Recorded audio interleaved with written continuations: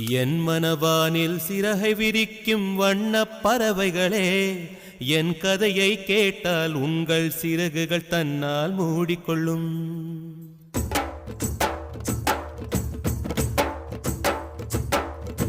என் மனவானில் சிறகை விரிக்கும் வண்ணப் பறவைகளே, என் கதையை கேட்டால் உங்கள் சிறகுகள் தன்னால் மூடிக்கொள்ளும்.